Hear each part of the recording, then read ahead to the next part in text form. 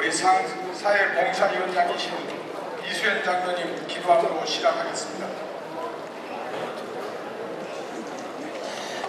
거룩하고 존귀하신 아버지 하나님, 크신 은혜와 사랑을 진실로 감사를 드립니다.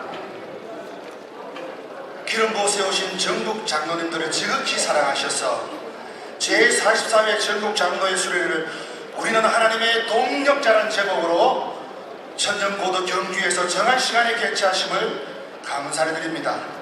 2일차 5번째 귀하신 조병호 목사님을 모시고 유수인가 굿뉴스인가 라는 제목으로 특강 시간을 허락하여 주심을 진실로 감사를 드립니다. 오늘 귀한 말씀을 통해서 모든 장로님들이 크신 은혜와 크신 감동이 되기를 간절히 소망드립니다. 지금 잠깐의 시대는 사랑이 메마르며 용서와 관용이 없고 대립과 갈등으로 어려운 난세를 살아가는 우리들입니다. 오늘 말씀 굿뉴스를 인하여 은혜 받고 굿뉴스인 주님의 사랑, 은혜를 이 땅 가운데 증거하는 장로님들 되기를 간절히 기도드립니다. 오직 예수, 오직 성령, 오직 말씀만이 이 땅을 지배하게 하시고 하나님의 귀한 말씀만이 이 땅이 지배되어서 어려운 시대를 살아가는 모든 어려움에 있는 분들과 모든 성도들에게 새롭게 변화되며 하나님의 말씀으로 살아가는 온 나라가 되기를 간절히 기도드립니다. 오늘 귀한 말씀을 전가하시는 조병호 목사님에게 능력의 질비를 더하게 하셔서 이 땅 가운데 귀한 말씀을 증거하며 생명을 살리며 우리 교단의 큰 일을 행하시는 귀한 목사님이 될 수 있도록 축복하여 주옵소서. 오늘 시작과 끝을 주님께서 진행하여 주시줄 믿사옵고 거룩하신 우리 주 예수 그리스도의 이름으로 간절히 기도드리옵나이다. 아멘.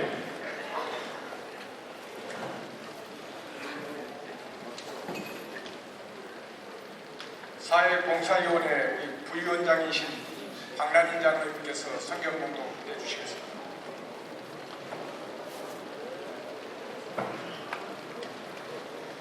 오늘 우리에게 주실 하나님의 말씀은 이론의 책자 71페이지에 있습니다. 레위기 9장 22절에서 24절까지 말씀입니다. 제가 받들어 봉독합니다. 아론이 백성을 향하여 손을 들어 축복함으로 속죄제와 번제와 화목제를 마치고 내려오니라. 모세와 아론이 회막에 들어갔다가 나와서 백성에게 축복하며 여호와의 영광이 온 백성에게 나타나며 불이 여호와 앞에서 나와 제단 위에 번제물과 기름을 사른지라. 온 백성이 이를 보고 소리 지르며 엎드렸더라. 아멘.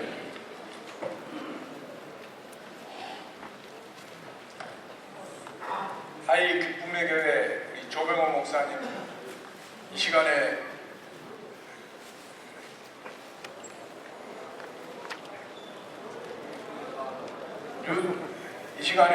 우리 조병호 목사님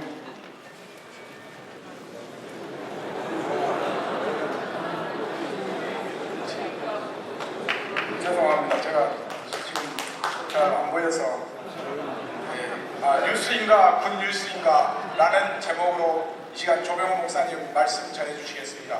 우리 조병호 목사님 이름은 76페이지에 잘 기록되어 있습니다. 우리 이 시간에 많은 은혜 받으시기를 바랍니다.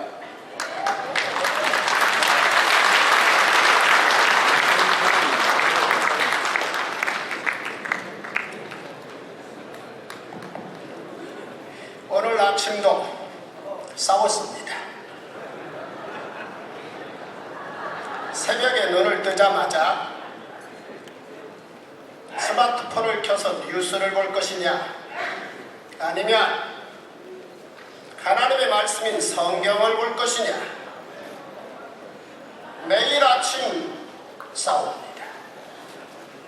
그리고 저녁에 잠이 들 때도 또 싸웁니다. 오늘 하루 있었던 많은 세상의 뉴스를 다시 한번 정리하고 잘 것이냐 아니면 하나님의 말씀인 성경, 바로 그 성경을 읽다가 잠이 들 것이냐. 매일 아침 매일 저녁 싸워서 저는 쉬지 않습니다. 왜냐하면 진정한 굿뉴스, 바로 그 굿뉴스인 하나님의 말씀인 성경, 바로 그 성경이 저를 살게 하며 제 생명을 지속시키기 때문입니다.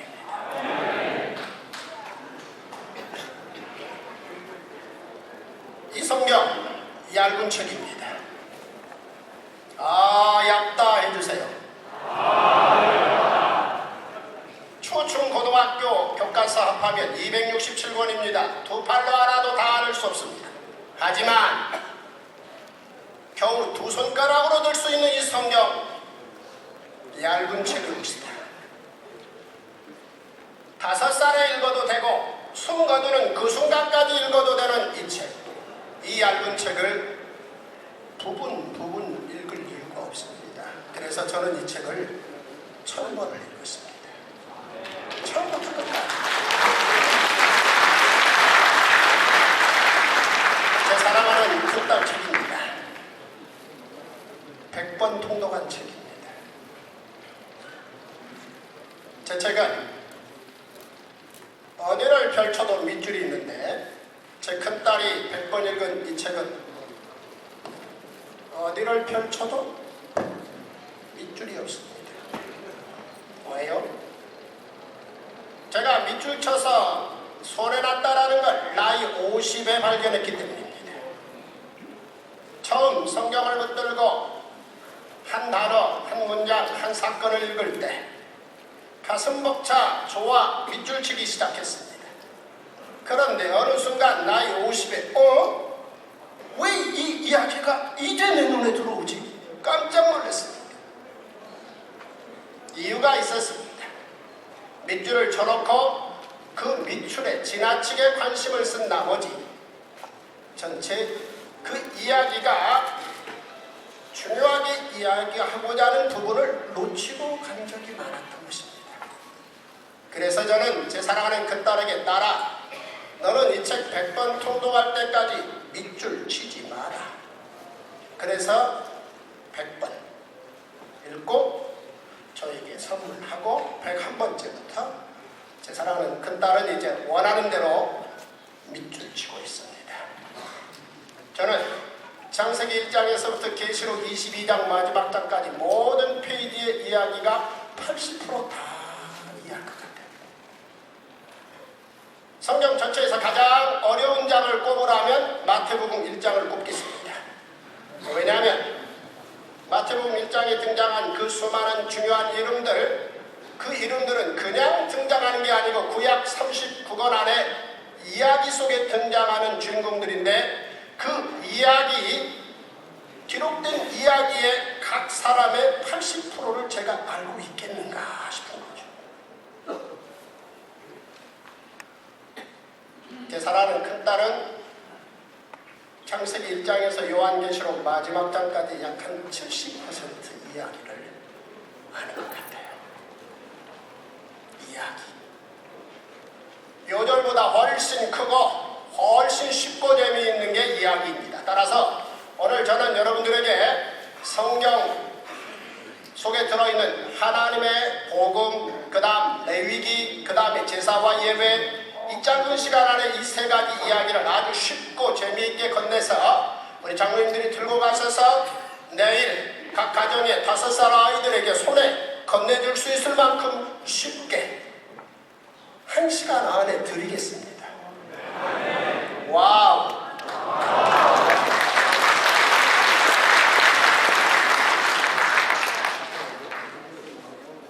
이 짧은 책, 얇은 책인 이 성경 안에 하나님 나라 복음 굿뉴스도 있습니다. 세상에 시장을 중심으로 약 한 2000여 개의 광고가 살아남고, 그리고 매일 약 한 500여 개의 뉴스가 우리 눈과 우리의 마음을 잡아갑니다. 그러나 이 성경은, 이 굿뉴스는 사실 5살 아이가 처음부터 끝까지 끝까지 읽을 수 있고 50에도 처음부터 끝까지 읽을 수 있고 죽는 그 순간에 95세 되신 장로님도 처음부터 끝까지 읽을 수 있는데 항상 good news. The Bible is always good news. 세상에 시장에 나와 있는 그 2000여 개의 광고는 누군가에게는 good news인데 누군가에게는 상심이 돼요. 그리고 신문과 방송에 나오는 500의 매일의 뉴스는 누군가에게는 그 뉴스인데 누군가에게는 큰 상심이에요.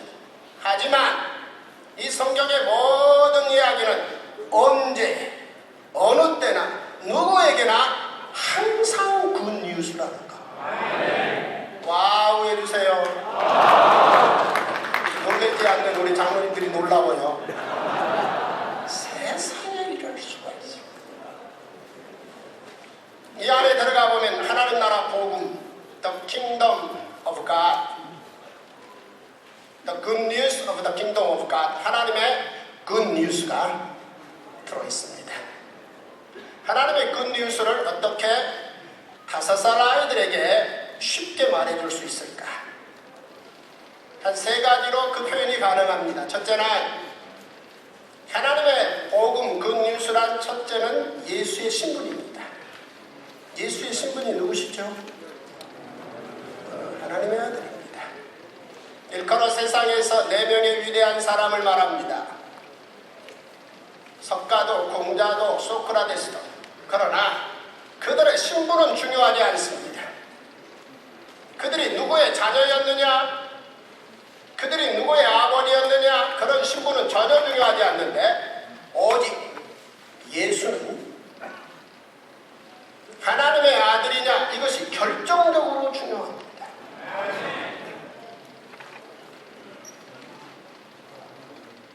40일 금식 기도를 끝난 상황에서 사탄이 와서 첫 질문이 뭡니까? 네가 하나님의 아들이냐?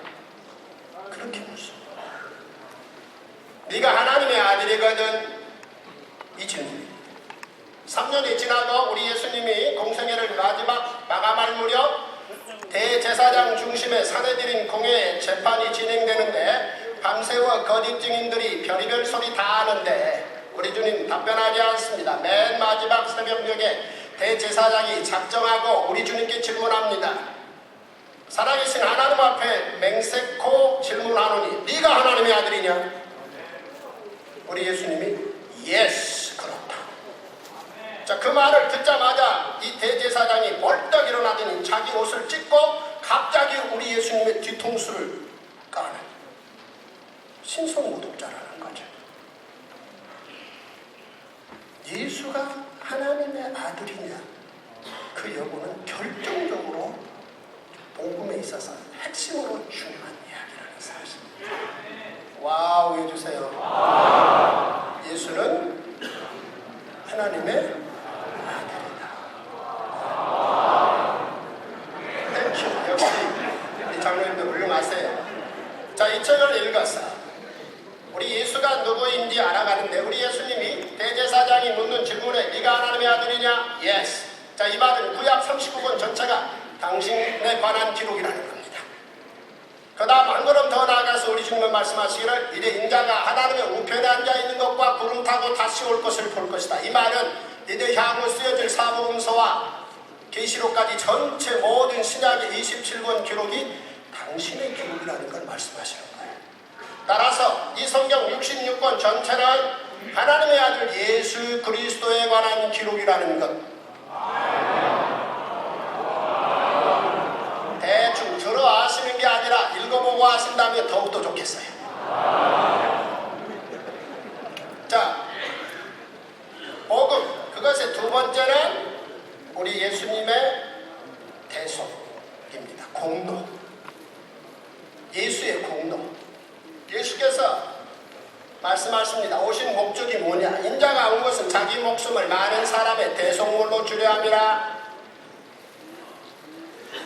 여러분, 우리 안장로님이 저를 위해서 십자가에 못 박힌 데는 아무 효과 없습니다. 괜히 아프시긴 하시지. 제가 여러분 누군가를 위해서 혹은 제 가족들을 위하여 십자가에 못 박힌다 해서 아무 효과 발생하지 않습니다. 오직 하나님의 아들 예수만 십자가에 못 박힐 때 효과가 발생한다.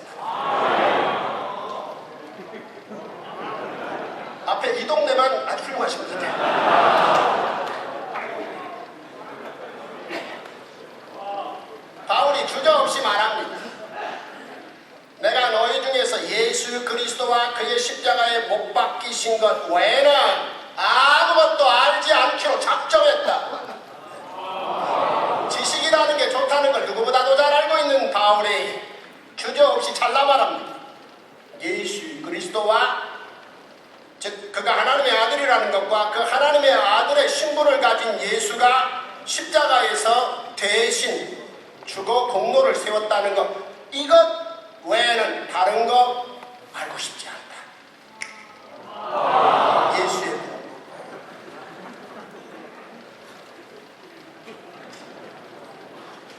이 예수의 공로의 효과는 어떻습니까?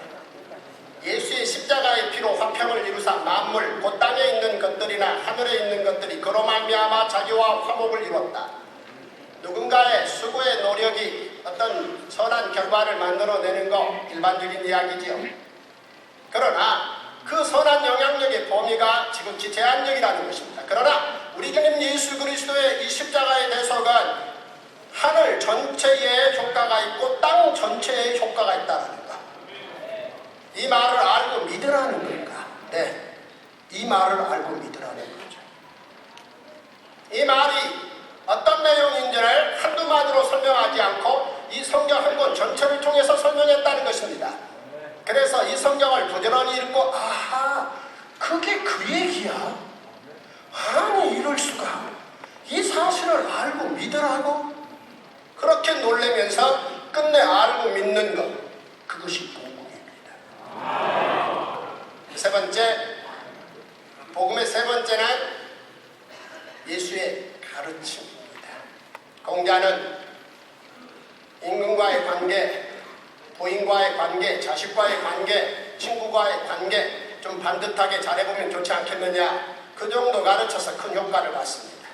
석가는 인간이 태어나서 늙어 죽어져가는 모든 과정이 고통스럽기 이를 데 없더라. 그 중요한 이유 가운데 하나가 마음에 욕심이 들어있던데 그거 좀 비우고 살면 안 되겠나 라고 가르쳐서 큰 반향을 일으켰습니다. 그런가 하면 소크라테스는 너 자신의 무지를 좀 알면 안 되겠나, 거기서부터 시작하면 안 되겠나 라고 설득해서 많은 사람들의 심금을 울렸습니다. 그러나 우리 주님 예수님의 가르침은 인간에 대한 가르침이 아니옵시다. 우리 주님 이 땅에 오셔서 하나님을 아버지라 소개했다는 것. 창세기 1장은 하나님은 창조주 하나님입니다. 창조주 하나님께서 시간과 공간과 인간을 창조하셨다는 얘기입니다. 그리고 창세기 6장에 가면 하나님께서 공의 하나님이라 소개하며 그것이 바로 노아 홍수 사건입니다. 그런데 이후 시간이 지나고 우리 주님이 이 땅에 오셔서 하나님을, 창조주 하나님, 공의 하나님을 아버지 하나님이라 소개하는 위대하고 놀라운 일이 있었다는 것. 따라서 그 하나님을 아버지라 소개하신 우리 주님이 십자가에서 대속을 하신다. 이것은 하나님의 사랑이요, 우리 예수님의 사랑이고, 이것을 기점으로 해서 사도 요한이 하나님은 사랑이다 이렇게 가르치고, 그래서 이 책은 인간이 시간과 공간과 어떤 권력이나 재물을 가질 수 있다, 그런 시시한 거 가르치는 책이 아니올시다. 인간이 그저 스승이나 친구나 너 자신을 새롭게 깨달아 알고 그 정도를 가르치는 책이 아니올시다. 이 책은 천하 만물을 창조하신 창조주 하나님이 누군가를 가르치는 책이고, 그 하나님이 사랑이라는 걸 가르치는 책이에요. 이게 예수의 가르침입니다. 이 세 가지를 합하면 복음입니다. 굿뉴스. 와우. 하나님의 아들 예수 그리스도. 그 다음 예수의 공로는 대속, 예수의 가르침은 하나님은 사랑이다.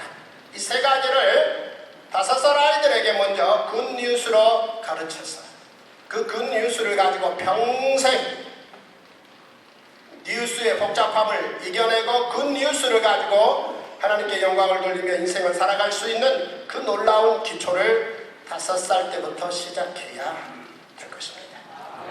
자, 두 번째, 모든 성경이 굿뉴스다. 이 말은 레위기가 어렵지 않다는 얘기입니다. 재밌었어. 출애굽기 읽고 재밌었어. 문제는 레위기를 읽다가 어려워, 쉽지 않아. 목사나 장로는 그런 소리 절대 하면 안 됩니다. 세상에 우리 하나님께서 어느 책을 더 어렵게 주신 책은 있을 수 없다라는 사실. 창세기가 재미있다면 출애굽기는 더 재밌고, 그리고 출애굽기보다 레위기가 더 재밌고, 그 다음 레위기보다 민수기가 더 재밌고, 이걸 체험해야 목사고 장로라는 겁니다. 정말 레위기가 쉬운가? 네, 쉽게 말씀드리겠습니다. 레위기 하면 약간 5가지만 손에 잡아드리겠는데요. 레위기는 제사장 나라에서 하나님 나라로 통하게 하는 책이다. 즉 제사장 나라에서 하나님 나라로 징검다리를 건네는 책이다 라는 사실을 먼저 크게 그림을 그려주시고, 그 예를 레위기의 5가지 이야기만 가지고 손에 건네드리겠습니다. 첫째, 레위기를 읽어가다 보면 레위기 9장의 사건이 하나 나오는데, 레위기 이 9장이 결국은 히브리서 9장을 이끌어냈다는 얘기죠. 무슨 말이냐? 첫 번째 대제사장 아론이 취임하는데, 결국은 첫 번째 대제사장이 시작해서 1500년에 우리 예수님이 마지막 대제사장이 되셨다는 거예요. 우리 예수님이 십자가에 올라가신 것은 마지막 대제사장으로 올라가셨어요. 첫 번째는 누구냐? 바로 아론이라는 거예요. 그 얘기가 바로 레위기 9장 22절에서 24절에 나와 있는데요. 같이 읽으셔도 좋고 아니면 제가 읽겠습니다. 아론이 백성을 향하여 손을 들어 축복함으로 속죄제와 번제와 화목제를 마치고 내려오니라. 모세와 아론이 회막에 들어갔다가 나와서 백성에게 축복하며 여호와의 영광이 온 백성에게 나타나며 불이 여호와 앞에서 나와 제단 위에 번제물과 기름을 사는지라. 온 백성이 이를 보고 소리 지르며 드렸더라. 이게 무슨 말인 거니? 모세가 한 60만 명의 애굽에서 나온 사람들을 모아놓고 자기 형 아론을 제사장 나라의 핵심 공직자인 대제사장으로 취임시키겠다는 거예요. 그리고 그 취임식에 60만 명을 다 참여시킨 거예요. 그 60만 명 가운데 상당수 일부는 다리를 꼬고 모세 지형시켜서 결국은 나라를 해 드시려고 작정을 하는구만. 이렇게 좀 꼬는 마음이 있었다는 얘기예요. 그럼에도 불구하고 그들은 그 마음을 말로 표현할 수는 없었어요. 2가지 이유 때문입니다. 하나는 분명 엄연히 1년 전에 모세가 그 어려운 그 60만 명의 애굽의 노예 생활을 끊고 출애굽시켜낸 공로가 있고, 2번째, 얼마 전에 자기 형 아론이 금송아지를 만들었는데 그 사건을 뒷마무리하는 과정에서 봤더니 레위 청년들을 동원하여 칼을 차게 하더니 진 저문에서 진 이문을 다니면서 3,000명의 목을 썰어버립니다. 그런 모세에게 무슨 수로 눈이라도 지켰어요. 그래서 해봤다. 결국 제사장 만들어서 형한테 권력의 본체를 넘기고 제사 제도를 통해서 집에서 좋은 거 잘 해먹겠다는 거지 뭐. 그러면서 그 행사에 60만 명이 참여해서 진행 중에, 모세와 아론이 지성소에 들어갔다가 아론이 첫 번째 대제사장의 제사를 드리고 나와서 손을 들어서 축복을 하는데 갑자기 무슨 일이 생기는 거니? 불이 여호와 앞에서 나와 제단 위에 번제물과 기름을 사릅니다. 온 백성이 이를 보고 오! 소리 지릅니다. 시작.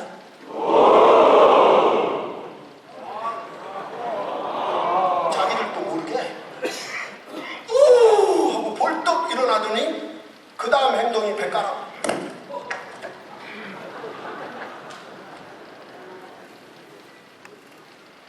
보통 딱 보고 눈 깔어. 2번째 고개 숙여. 3번째 허리 숙여. 4번째 무릎 꿇어. 5번째 백가로입니다. 그런데 이 5가지 과정을 딱 생략하고 60만 명이 오! 일어나더니 다 백가로에서 모세가 시험 들이고 얼렁뚱땅 만든 나라가 아니구나. 하나님께서 공적으로 만든 제사장 나라구나라는 사실을 인정하는 장면이 레위기 9장이에요. 와우. 따라서 이 레위기 9장에서 드디어 제사장 나라의 대제사장이 첫 번째 딱 취임했고, 그리고 1500년을 그 시스템을 유지해요. 그리고 이제 우리 주님께서 마지막 대제사장으로 오셔서 십자가 위에서 다 이루었다 라고 선언하시는 순간 예루살렘의 성전 위장이 위에서 아래로 쫙 찢어져요. 그 말은 이제 이후로부터 대제사장이 다시는 지성소에 들어갈 이유가 없어졌다는 얘기예요. 따라서 우리 주님이 십자가에서 이루신 그 단번의 성소에 들어가 모든 인생들의 죄를 영원히 속죄한 이 사건의 결론은, 첫 시작이 레위기 9장의 대제사장, 첫 번째 대제사장 아론의 취임식이라는 것. 따라서 우리 주님의 그 십자가 이야기를 잘 알기 위해서는 레위기 9장을 건너뛰시면 안 된다는 거 꼭 기억해 두세요. 자, 두 번째, 레위기 11장이 다니엘서 1장을 이끈다라는 이야기인데요. 무슨 얘기냐? 다니엘이 이 뜻을 정하여 왕의 음식과 그가 마시는 포도주로 자기를 더럽히지 아니하리라고 자기를 더럽히지 아니하도록 혼관장에게 구합니다. 다시 말해서 느부갓네살 왕, 즉 바벨론 제국의 왕이 앞에 진설한 음식을 보고 나 저 음식 쓰레기 안 먹겠어 이렇게 나온 거예요. 헐 내주세요. 인간이 말입니다. 산의 진미를 가지고 맛있게 요리해서 값을 먹여서 시장에서 값을 정하는데요. 그 산의 진미 가운데 가장 값 나가는 식품이 와인입니다. 지금 현재 시중에 한 와인바에서 4천만 원짜리 와인이 팔려요. 그 정도가 와우감이 아닌데요. 시장에서 팔린다는 말은 소비자와 생산자 간에 합의된 금액이고 정부가 세금을 받아가니 그 가격이 합당하다는 거죠. 그런데 4천만 원짜리 와인 한 병 정도는 느부갓네살 입장에서는 음식 쓰레기 취급합니다. 이 말이 이해가 돼야 돼요. 그게 제국의 왕이 옳시다. 그런데 그런 힘을 가진 제국의 왕 느부갓네살이 다니엘과 사드락 메삭 아벳느고 등 청소년들에게 음식을 배설했는데 청소년이 저 음식 쓰레기 안 먹겠다. 왜? 엄마 때문이에요. 누구 때문이라고요?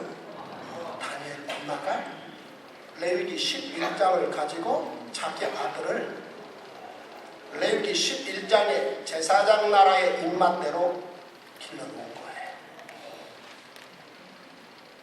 따라서 이 결과로 어려움이 처해졌지만 결국 다니엘은 바벨론 제국의 개가 되지 않고 제사장 나라의 선지자가 되었다는 놀라운 사실. 와우 해주세요.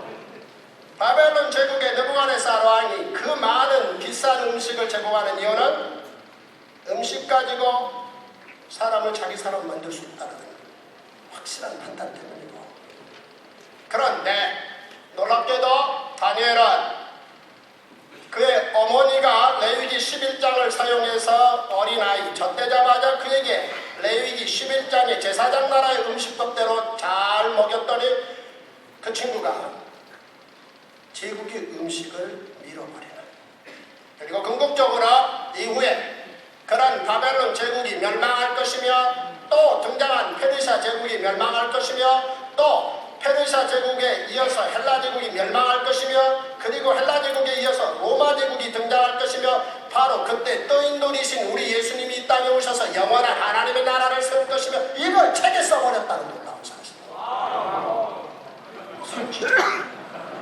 따라서 다니엘서 1장의 그 긴장은 레위기 11장에서 시작되었다는 말입니다. 와우 얘기해 주세요.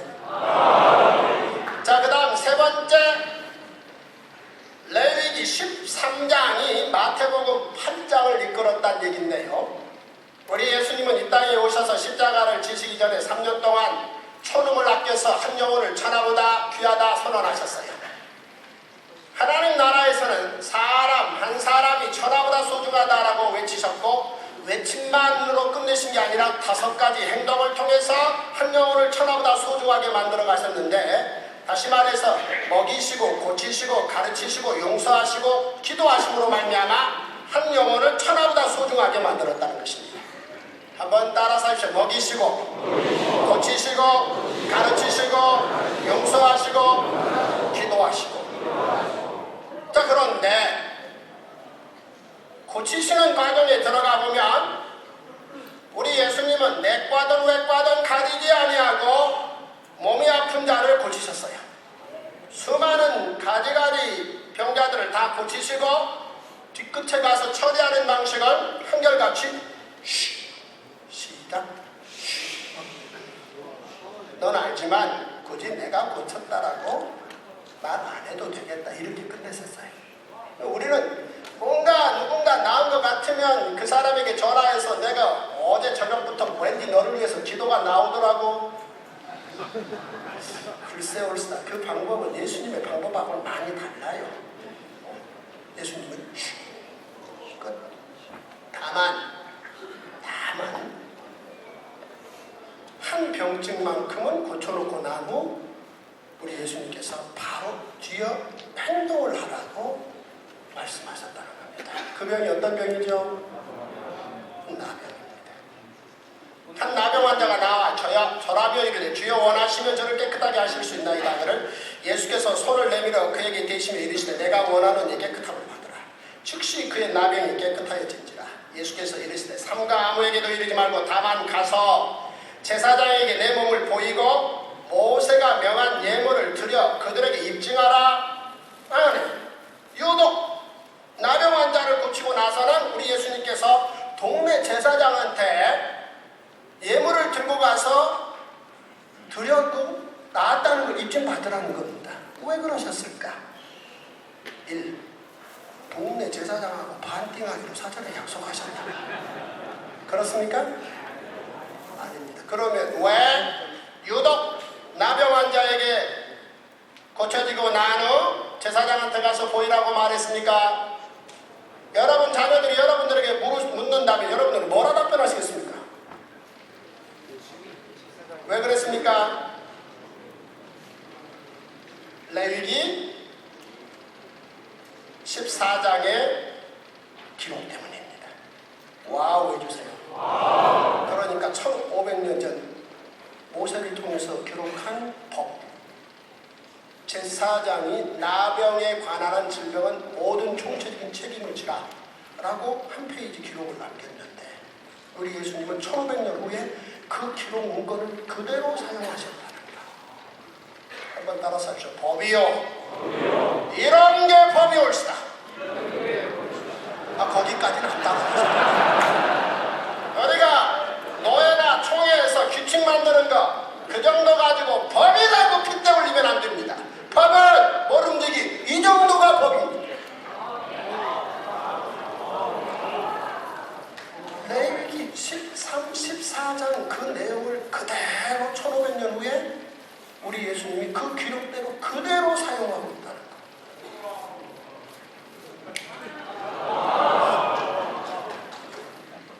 제사장 나라 법이기 때문입니다. 여기서 한 걸음 더 나가서 이제 우리 주님이 십자가에서 다 이뤘다라고 대속을 완성하시고 그리고 부활하시고 승천하십니다. 그 뒤를 이어 예수님의 12제자들이 예수의 증인이 되어서 예수의 복음을 전하는데, 그 과정에서 베드로와 요한이 기도하러 올라가다가 안진뱅이를 고쳐 이렇게 세운 적이 있습니다. 자, 그 연장선에서 베드로와 요한은 나병 환자를 고칠 수도 있어요. 그랬을 때 베드로와 요한이 지난 3년 동안 우리 예수님께서 나병 환자를 고치시고 난 후 제사장한테 가서 내 몸을 보이라 라고 말했던 걸 기억하고, 베드로와 요한이 자기들이 기도해서 고친 그 나병 환자에게 제사장한테 이제 가서 보이고 예물을 드리라 라고 말하면 됩니까? 안 됩니까? 1 된다, 2 안 된다, 3 관심 없다. 어느 계십니까? 절대 안 됩니다.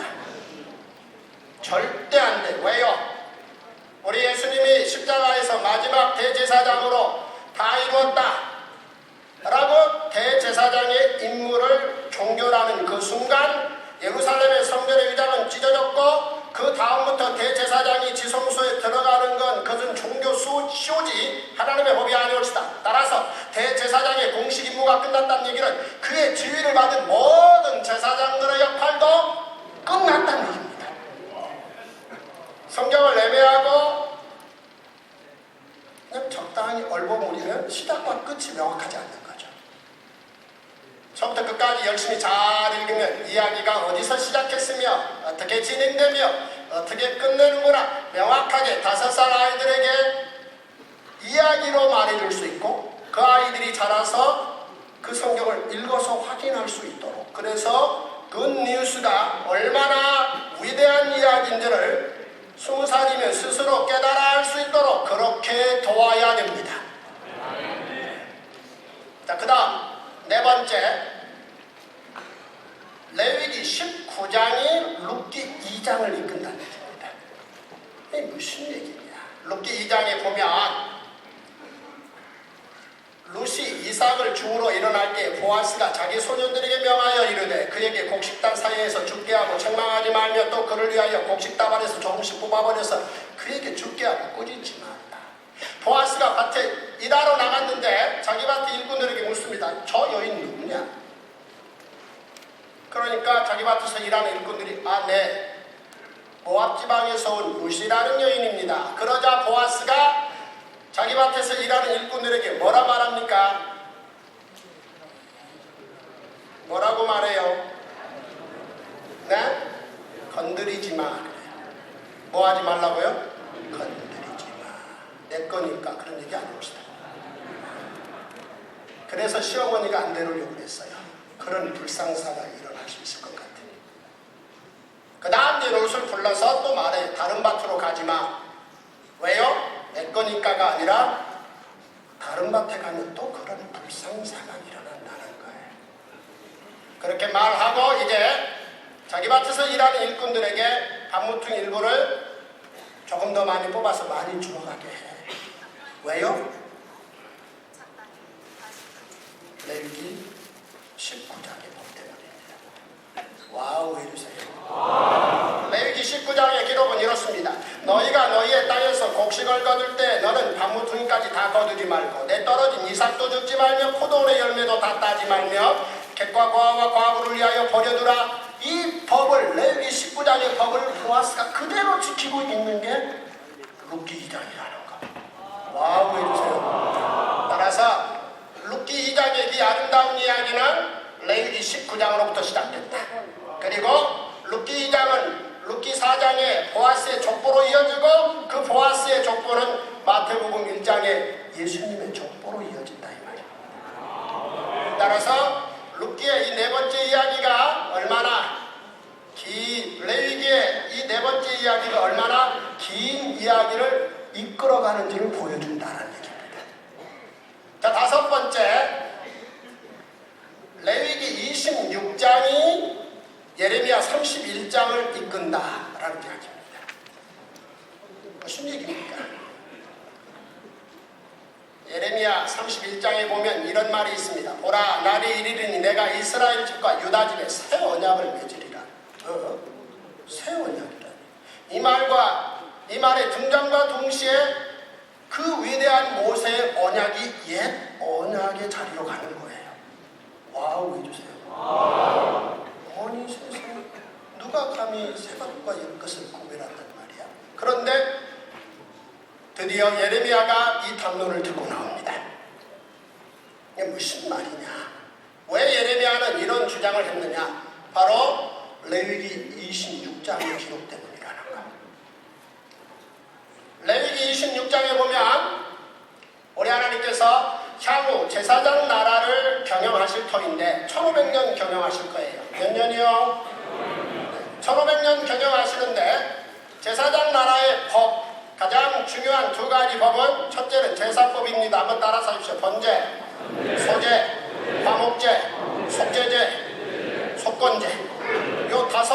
제사가 있어야 제사장이 필요한 것이며 이 5가지 제사와 제사장의 실행이 있어야 제사장 나라가 있는 것입니다. 그 다음 또 하나 따라 사세요. 안식일, 안식년, 면제년, 희년. 여러분 지금 제가 말씀드린 이 모든 이야기가 굿뉴스인 거 아시죠? 여러분들이 늘 이 굿뉴스를 혀끝에 입술에 말로 담아야 되는 거 그거 알고 계시죠? 이런 얘기 다 놓쳐버리면 굿뉴스라는 구호만 가지고 복된 인생을 살 수 있을 것 같습니다. 이런 이야기들이 여러분 입술에서 그냥 가장 쉽게 자기 이름 나오는 것보다 더 쉽게 나와야 돼요. 이게 제사장 나라입니다. 5가지 제사 그리고 안식일, 안식년, 희년, 면제년 바로 이런 내용들을 가지고 실질적으로 하나님께서 나라, 제사장 나라를 통치하실 터인데 그 나라 법을 잘 지키면 우리 하나님께서 그에 따라 2가지 복을 주신다. 첫째는 5이 100을 쫓을 수 있다.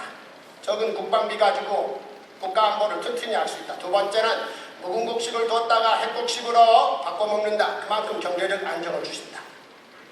그러나 만약 이 5가지 제사법과 세계의 명절 그리고 절기 이런 법들을 제대로 지켜 행하지 않는다. 그럴 경우 하나님께서 어쩔 수 없이 하고 놔두시는 게 아니라 간섭을 하시는데 3단계 간섭을 하신다는 거예요. 첫째는 흉년을 준다는 거예요. 그래도 정신 못 차려? 그러면 수탈케 한다는 거예요. 농사 지은 모든 결과를 다 누군가 가져가게끔 만든다. 그래도 정신 못 차려? 그런 경우는 결국은 남의 나라로 포로로 끌어가게 하겠다. 이 기록이 레위기 26장에 있고 이제 예레미야는 그 기록 이후 900여 년이 지난 상황에서 그 3단계 처벌을 받을 때가 됐다고 주장하는 거예요. 와우 해주세요. 그래서 이제 그 3단계 남의 나라에 끌려가서 70년 동안 포로로 생활하면서 하나님께 징계를 받는다.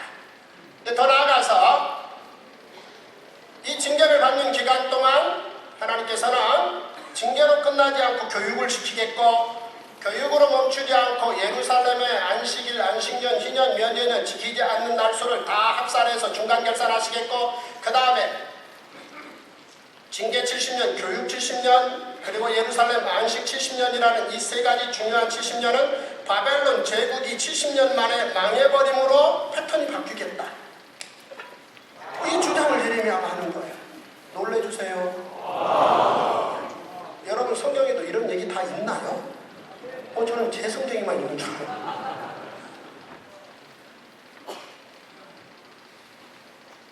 예레미야가 그 주장을 시작하는 거예요.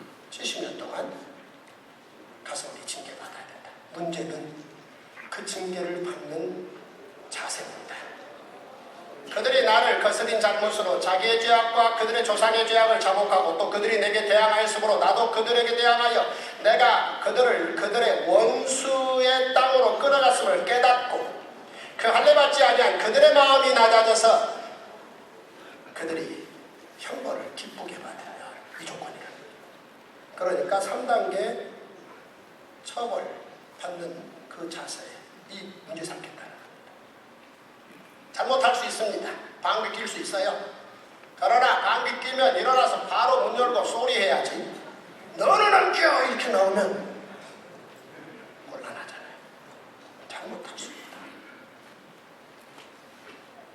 율법의 기반을 두고 이렇게 잘못됐었구나. 명확하게 깨닫고 형벌을 달게 받고 마음을 낮추면 그때 하나님께서 아브라함과 이삭과 야곱과 맺은 거대한 언약 이 약속이 있어야 500년의 모세 언약이 나오는 거예요. 제사장 나라면. 따라서 그 큰 모세 언약을 사실상 더 크게 담고 있는 아브라함과 이삭과 야곱과 맺은 언약을 생각해서 그들을 권면하여 새롭게 시작할 수 있도록 하겠다.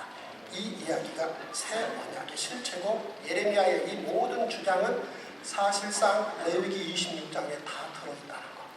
따라서 선지자 예레미야는 레위기 26장의 이 제사장 나라의 하나님의 미래 경영 이야기를 바탕으로 선지자의 사명을 감당할 수 있었다. 와우 해주세요. 따라서 레위기 5가지 이야기를 잘 기억해 두시고 이걸 옮기시면 돼요. 기억하셨나요?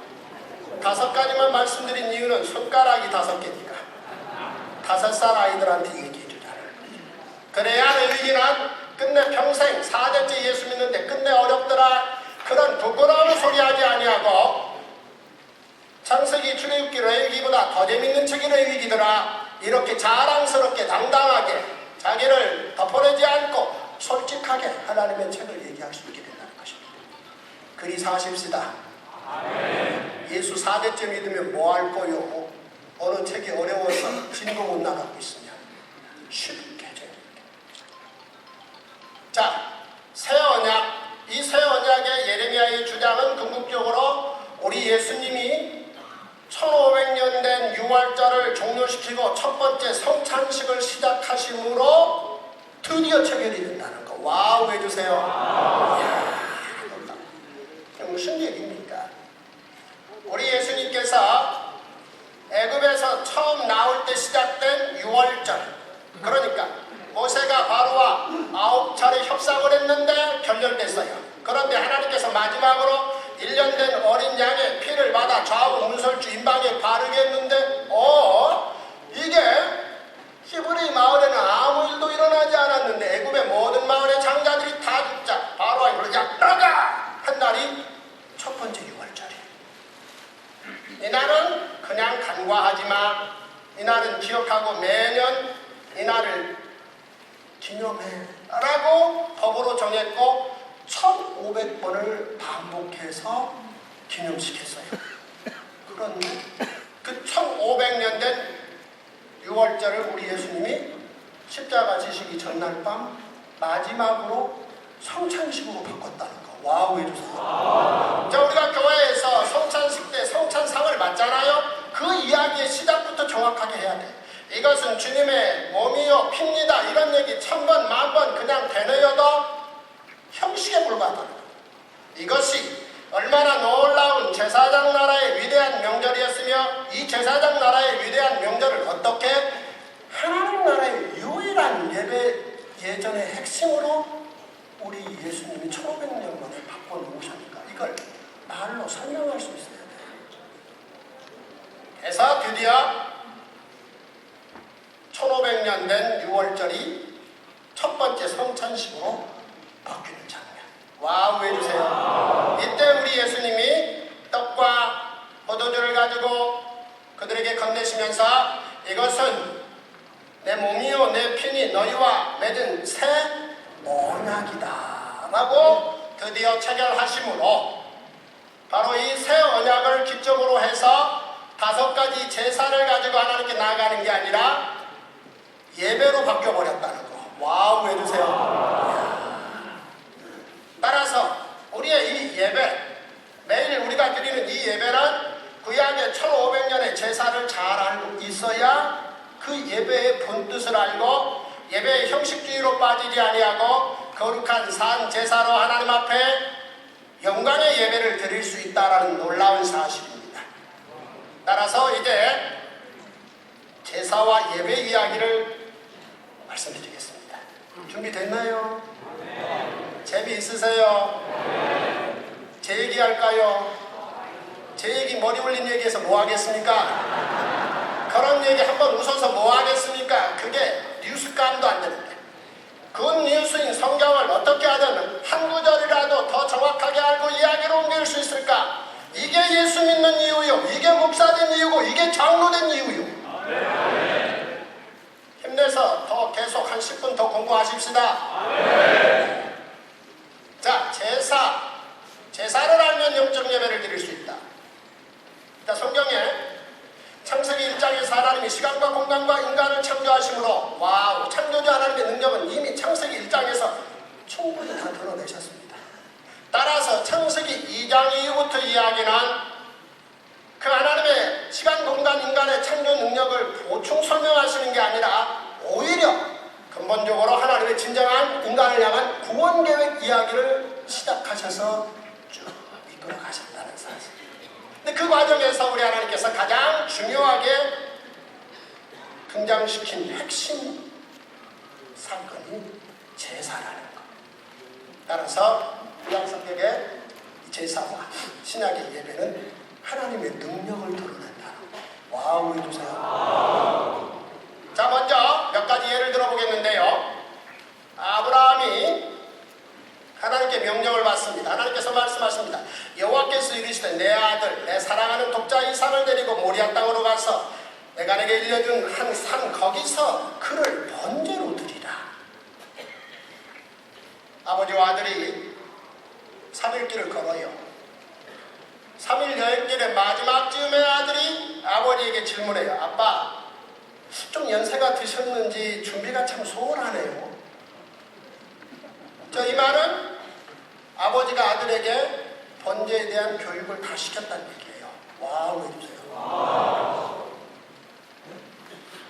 그 아들이 번제가 뭔지 아버지로부터 교육받지 않았다면 이 질문을 할 수 없어요. 아빠가 말합니다. 하나님이 준비하셨다.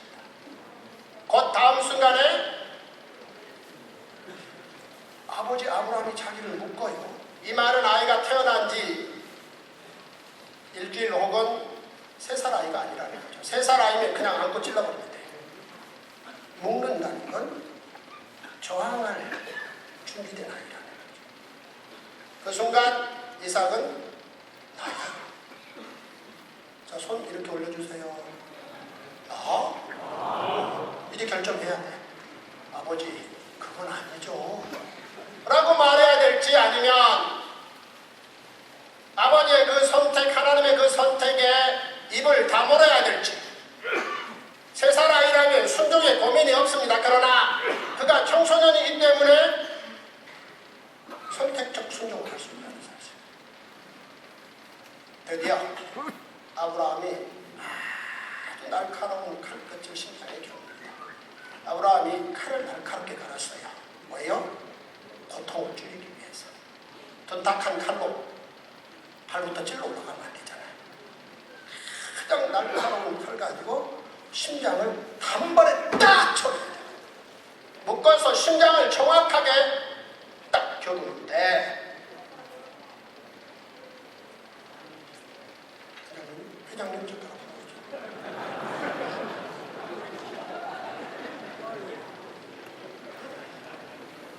자, 이리 와주세요. 우리 회장님, 제가 할 일이 있으니까. 이거 제 책인데 이거 살며시 가져가 보십시오. 손 떼지 마! 이걸 이삭이 들고. 이삭이. 손 떼지 말라는 얘기는 자기 거 아니면 할 수 없다는 말이죠.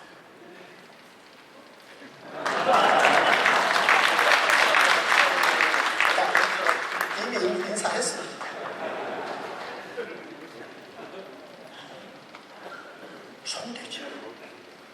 손대지 마!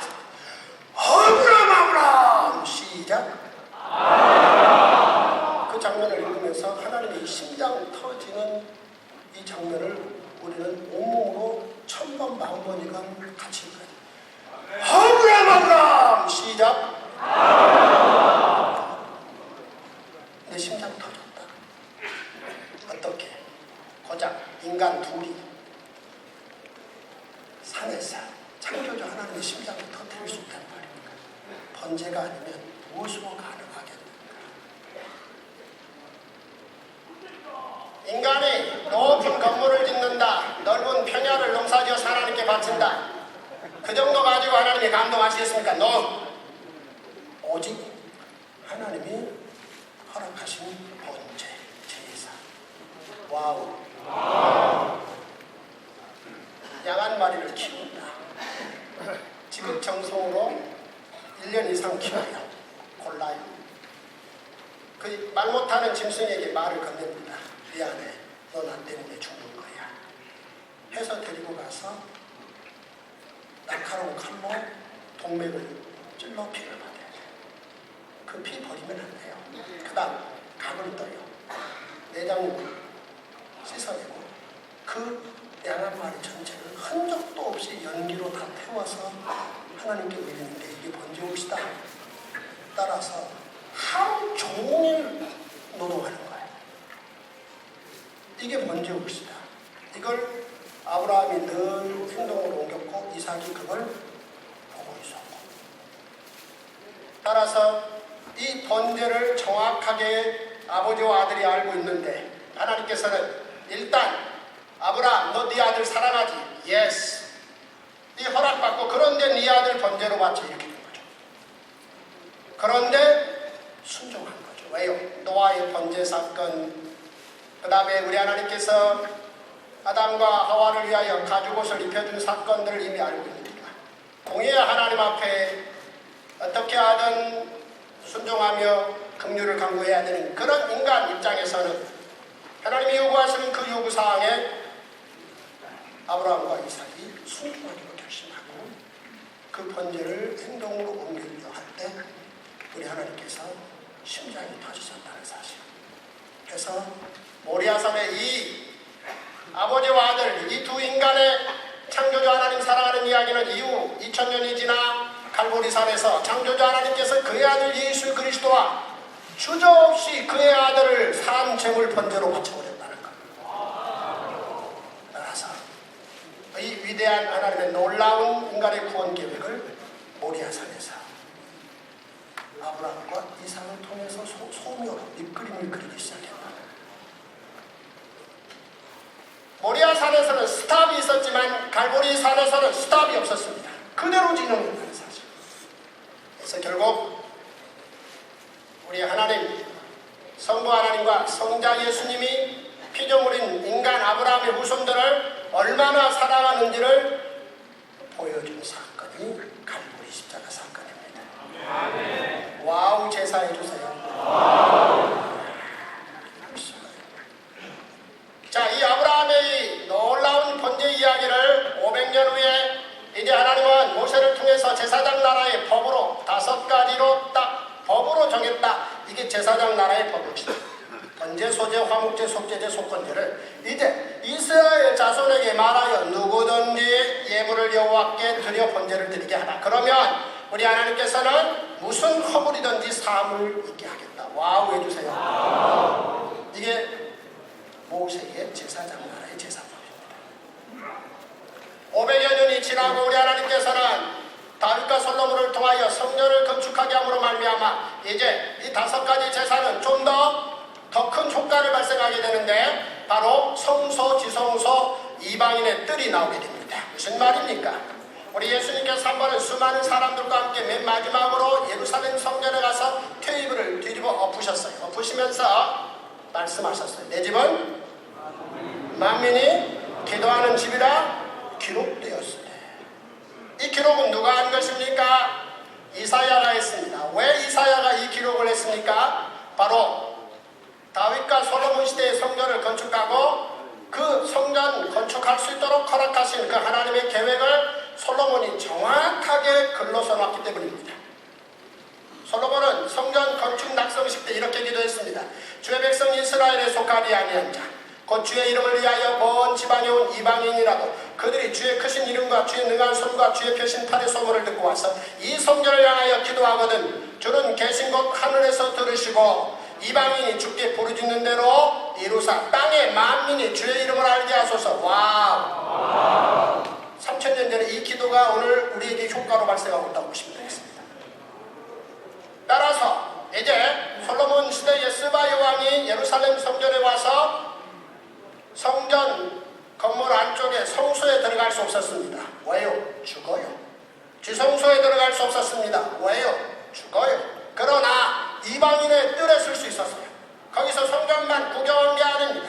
거기서 성전을 바라보며 하늘의 하나님께 기도하면 아브라함의 후손 유대민족이 하늘의 하나님께 기도하면 하나님이 들어응답하시듯이 이방인이라 할지라도 그들이 기도하면 들어응답해달라는 이 놀라운 하나님의 계획이 바로 솔로몬 성전 건축 때 세팅된다는 거예요. 와우 해주세요. 이 말은 1000년 전으로 거슬러 올라가면 우리 하나님께서 모든 민족을 복주시겠다 말씀하셨는데 1000년 후에 놀랍게도 다윗과 솔로몬 성전 통해서 그것을 진일보시켰다는 사실. 재미있으세요? 이야기가 끊긴 게 하나도 없습니다. 성경은 이어지고. 결국 바로 이 솔로몬 성전이 수르바벨 성전으로 재건축되어지고 헤롯 성전으로 재건축되어지고 나눠 우리 예수님께서 갈보리 십자가에서 다 이루었다 라고 말씀하시는 순간 우리 주님은 단번에 거룩한 산제사를 드립니다. 무슨 얘기입니까? 보십시오. 그리스도께서는 장래 좋은 일의 대제사장으로 오사 손으로 짓지 아니한 것. 자, 대제사장으로 우리 주님 하나님의 아들의 신분이 대제사장 신분을 겸한다는 얘기고, 따라서 대제사장이신 우리 예수는 손으로 짓지 아니한 것. 이 말은 모세 때 올리압과 부살렐이 손으로 지은 것, 그 다음에 솔로몬이 손으로 지은 걸 전제로 하는 얘기입니다. 그런데 손으로 짓지 아니한 것, 손으로 지은 것은 창조에 속한 건데 이 창조에 속하지 아니한 더 크고 온전한 장막으로 말미암아 염소와 송아지 피로 하지 아니하고, 이 말은 모든 제사는 피가 있어야 돼요. 그런데 이것을 바탕으로 오직 예수 당신의 피로 영원한 속죄를 여러 번이 아니라 단번에 끝내시고, 와우 해주세요. 이게 마지막 거룩한 산제사라는 겁니다. 따라서 이것을 바탕으로 이제 바울은 영적 예배를 말합니다. 하나님 영이시니 예배하는 자가 영과 진리로 예배할지니라. 그러므로 형제들아, 내가 하나님의 모든 자비하심으로 너희를 권하노니 너희 몸을 하나님이 기뻐하시는 거룩한 산 제물로 드리라. 와우 해주세요. 우리가 늘 예배하고 삽니다. 그런데 예배 이전에 하나님께서 우리 인생들에게, 아브라함의 후손들에게 허락하셨던 5가지 제사 내용이 어떠합니까? 왜 그 번거로운 제사를 드리게 했으며 그 제사를 통해서 우리 하나님은 어떤 효력을 발생시키셨는지를 구약성경을 통해서 잘 알고, 그것을 바탕으로 우리 예수님의 갈보리 십자가의 온전한 제사를 알고, 그리고 이제 오직 예수의 피로, 즉 5가지 제사는 번제, 소제, 화목제, 속죄제, 속건제는 3가지 방식. 첫째, 반드시 예물이 있어야 된다. 두 번째, 여호와의 이름을 두려고 택한 것 반드시 그곳에서 드려야 된다. 세 번째, 반드시 제사장의 도움을 받아야 된다. 법입니다. 그런데 예수가 십자가에서 온전한 제사를 드림으로 말미암아 이 5가지 제사의 3가지 방식이 완성되고, 이제는 예배로 오직 예수 이름으로 너희 몸이 하나님의 성전이 되어 성령의 이끌리심으로 하나님 앞에 서게 된다는 놀라운 사실을 기뻐하며 예배드리고 살아야 합니다. 성경 재미있으셨어요? 이 땅에 한반도 전체에 장로님들 5,000명이 이 땅에 모인다면 청와대 대통령이 저들이 왜 모였는지 궁금해서 관심 가지고 지켜봐야 합니다. 여러분들은 이 자리에 그냥 계시는 게 아니올시다. 하나님의 교회의 놀라운 대표자들, 한 사람 한 사람은 각기 자리에서 자기 생업에 종사하며 그것으로 하나님께 영광을 돌리지만, 그러나 각 교회의 장로의 직분을 받고 함께 모여 이곳에서 2박 3일씩 보낼 때 여러분들의 이 모임의 흔적은 대한민국 전체를 송두리째 흔들어 놔야 합니다. 맞습니까? 그 놀라운 위대한 꿈이 바로 이곳에 있습니다. 어느 곳에 이 역사의 미래가 있다고 보십니까? 굿뉴스를 가진, 복음을 가진, 그 복음을 위하여 평생을 목사는 생업이라 한다 칩시다. 그러나 장로는 그것도 아니지 않습니까? 그러니 진정한 굿뉴스를 위하여 꿈을 꾸는, 교회에서 받는 은혜 정도 받으려고 다시 모여서 2박 3일 일다 간다면 그래서야 되겠습니까? 이곳에 모여서 우리 전국의 장로님들이 모였다는 것 자체 때문에 목사들이 긴장하고 대통령이 긴장하고 한국 사회가 기대하는 그런 놀라운 꿈들을 꾸십시다. 성경 한 권이면 충분합니다. 이 성경을 가지고 진짜